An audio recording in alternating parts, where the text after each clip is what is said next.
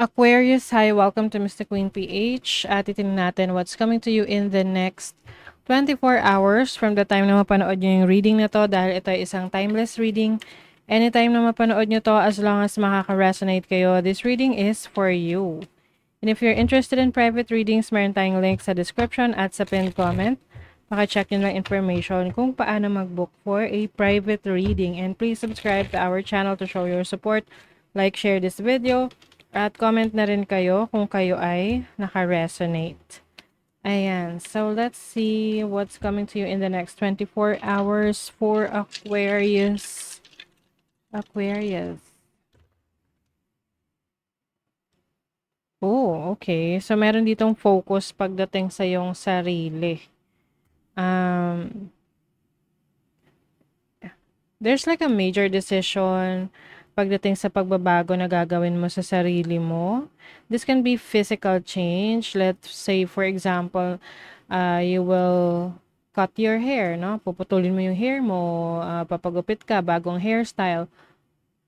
Or even more serious than that. Like, for example, enhance ka ng looks mo, ng physical appearance mo. This is for you to become more confident, no, sa sarili mo.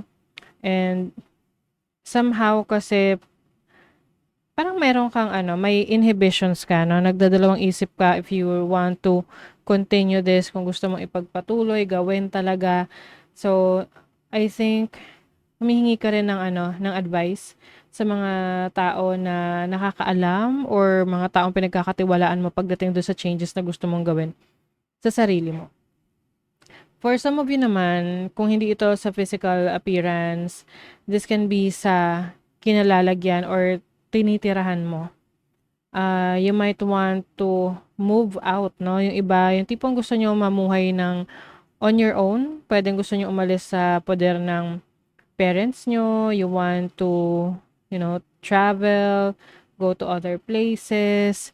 Maari ring meron kang kino-consider na trabaho or career na kailangan mong lumipat ng bahay or kailangan mong mag-abroad. So, there's an opportunity for you dyan. And then, may major transformation dito. And I think itong major transformation na to, ito yung magbibigay sa'yo ng happiness. Ito yung magbibigay sa'yo ng fulfillment. Some of you are also closely connected sa isang romantic partner. And you feel like this person is someone na talagang nagpo-fulfill ng iyong mga desires, no? Some of you are sexually active with this person and you're liking it. So kumbaga kayo, compatible kayo pagdating sa sexual connection and pleasure. I also see when it comes to your career path, meron kang gustong i-explore na ibang opportunities. So maaring isa ito sa major decision na gusto mong gawin. Kaya lang yung iba sa inyo nagdadalawang isip, lalo na kung komportable at matagal na kayo dyan sa career path ninyo na yan or source of income nyo na yan or trabaho nyo na yan. And somehow, no, kapag nakasanayan mo na at matagal ka na dyan, pag may pagbabago, iniisip mo kung i-consider mo ba o hindi kasi iniisip mo kung ito ba ay practical na gawin. Kung may iiwanan ka na something na stable na, established na. So, nasa sayo na yan. Kasi yung iba sa inyo, gusto nyo ma-experience yung thrill, yung excitement. Meron kayong gustong i-pursue na creative projects or creative ideas na natitigilan kayo na gawin dahil sa mga pumipigil sa'yo, pwedeng yung situation mo ngayon.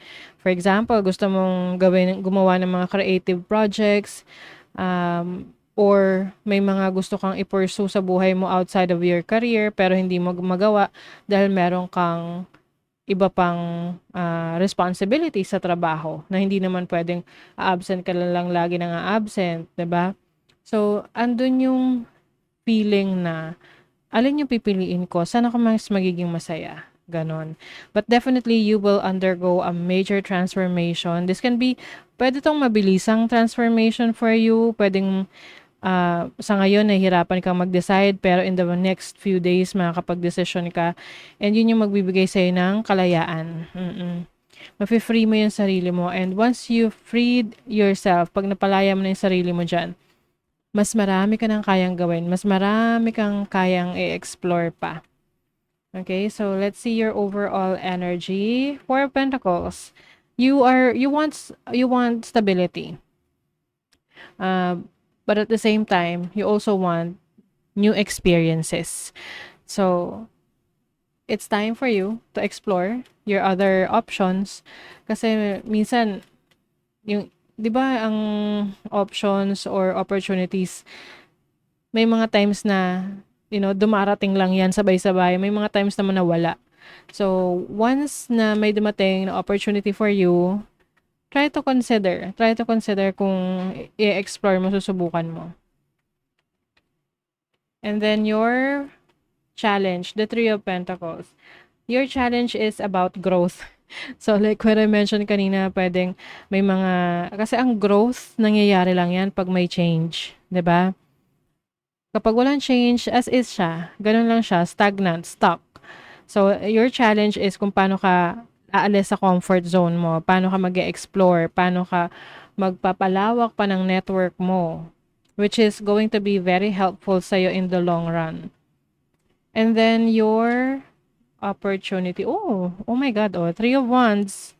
Speaking of expansion, exploration, the Three of Wands is an upgrade para sa'yo. You have the opportunity to upgrade yourself, to upgrade your life, to upgrade your situation right now. Lalo na center or naka-center ka ngayon sa sarili mo, sa mga goals mo. And ikaw yung may hawak niya, no? Kung saang direction mo yan tatahakin. Ano yung tatahakin mo? Your blessing is the Chariot. Oh my God.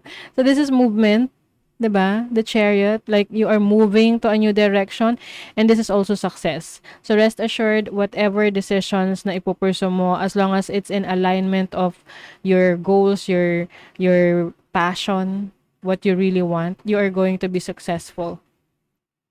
So yung movement ang magbibigay sa'yo ng blessings na yan. Wow. Okay. Let's see sa iyong money, career, finances. Money, career, finances sa mga Aquarius. Oh my God. You are going to be rewarded. Yung hard work mo, yung efforts mo, it will pay off. Okay?